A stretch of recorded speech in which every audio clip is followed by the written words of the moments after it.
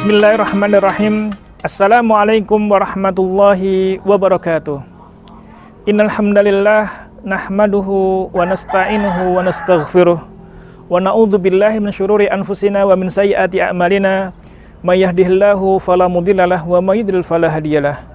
Asyhadu an la ilaha illallah wahdahu la syarikalah wa asyhadu anna Muhammadan abduhu wa rasuluh. Allahumma shalli ala Muhammad wa ala alihi wa ashabi ajmain. Amma ba'd.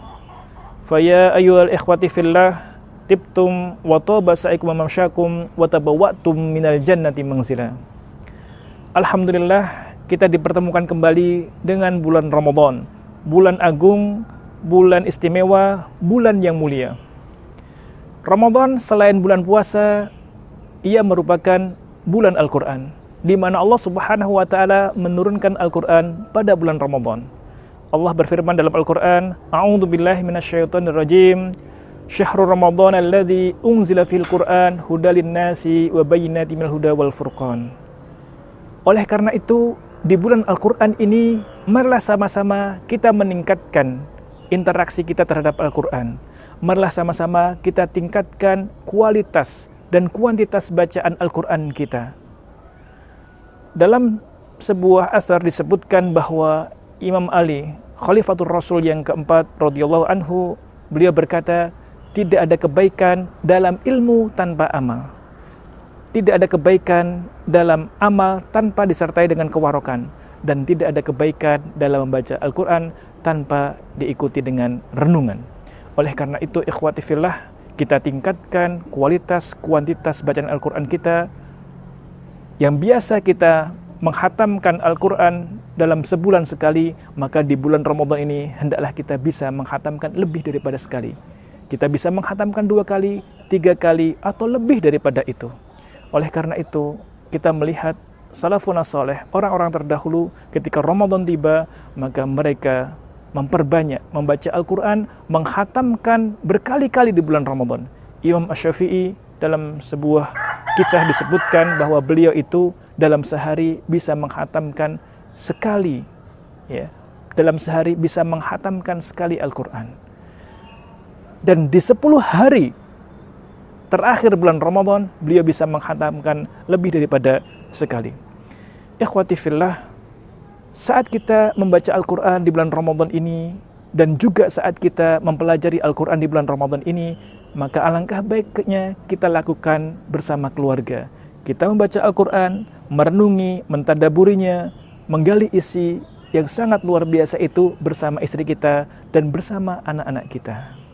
Sehingga kebaikan itu bukan hanya untuk kita, tetapi juga untuk cahaya-cahaya mata kita, untuk keluarga kita. Ikhwati fillah, sungguh saat kita membaca Al-Quran, maka kita akan mendapatkan kebaikan yang sangat istimewa. Kebaikan dari membaca Al-Quran yang pertama adalah akan mendapatkan syafaat dari Al-Quran tersebut. Rasulullah SAW menyatakan dalam sebuah hadis, Iqra'ul Quran fa innahu ya'ti yaumal qiyamati syafi'an li ashabihi.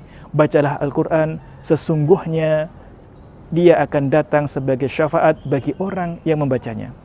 Kemudian yang kedua, keutamaan yang kedua dari membaca Al-Quran adalah akan mendapatkan pahala yang banyak, pahala yang istimewa.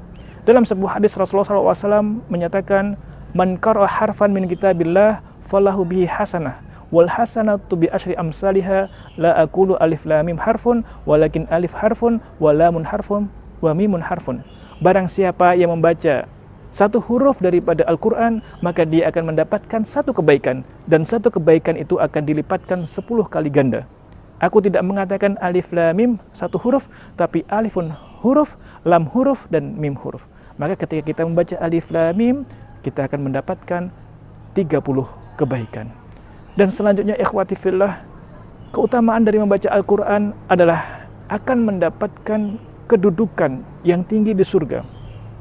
Dalam sebuah hadis disebutkan, yuqalu li sahibil jannah, akan dikatakan, akan diperintahkan kepada orang yang ditetapkan masuk surga, Iqra wartaki waratil kama kunta turatilha fid dunya fa inna manzilataka fil jannah inda akhir ayah taqra'uha atau kama qala Rasulullah.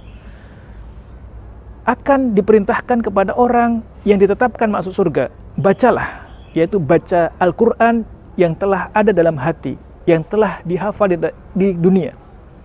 Bacalah, kemudian naiklah dan tartilkanlah. Sesungguhnya kedudukan kalian di surga itu berdasar ayat-ayat Al-Quran yang engkau baca. Dan ikhwati fillah, selanjutnya keutamaan membaca Al-Quran adalah akan mendapatkan cahaya. Dan ini khusus saat kita membaca surat Al-Kahfi di hari Jumat.